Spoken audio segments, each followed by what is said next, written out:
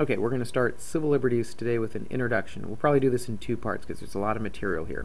So we're first going to start with the definition. And I always like to use the definition of civil liberties as referring to the key fundamental principles that the government must uphold for each citizen. Those basic elements of our society that are necessary for democracy and for liberty.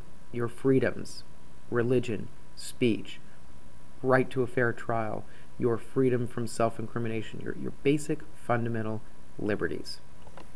Now, there are a lot of places where we find our civil liberties protected and enhanced. Court cases. The Supreme Court throughout history has done a lot to protect the rights of individuals and citizens. We see them in laws. The government passed laws to protect citizens' rights and their liberties. We also see them in the Constitution. All throughout the Constitution there are things to protect rights. And then most commonly associated civil liberties come with the Bill of Rights. Now if we go back to the original intent of the Bill of Rights, it was to get states that were not on board with the Constitution to sign up and join into the ratification of the Constitution. There were a lot of people that were suspicious of this new, distant national government. And so the Bill of Rights served as a very limiting document when it came to the rights and responsibilities of the national government. If you look at the language of the First Amendment, Congress shall make no law, and it referenced speech and religion and press and assembly and petition. So it was a limitation on the national government, and that intent was solidified in the court case of Barron v. Baltimore. The Supreme Court in that case determined that the Due Process Clause of the Fifth Amendment did not, in fact, apply to the states. Now, the big change comes with the 14th Amendment, which states that no state shall deny to its citizens life, liberty, or property without the due process of law. And that big change, while originally intended the 14th Amendment to deal with African Americans, it's grown to be so much more in our country. And that comes because of the principle of incorporation. In the court case of Gitlow v. New York, the Supreme Court established this idea of incorporation, that there are certain rights inherent in the Bill of Rights that need to be applied to the states. The states need to enforce and live by the limitations placed on government in the Bill of Rights.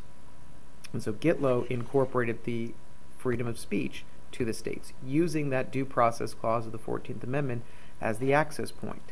Now, a later court case, Palco v. Connecticut, gave us the standard by which we incorporate rights. They said that if a right is so fundamental that liberty would not exist without it, then you must have the states adhere to that and abide by that.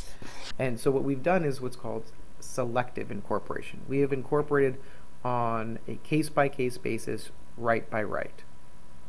Now, built into this due process, there are two different components of it. One is what's called substantive due process, and that's the idea that the government cannot pass laws that just by substance alone deprive you of life, liberty, and property. So you can't have a blanket denial of a right. You can't ban all guns. You can't ban all abortions. Those are perceived to be rights inherent in the Constitution, and so you can't just substantively take them away.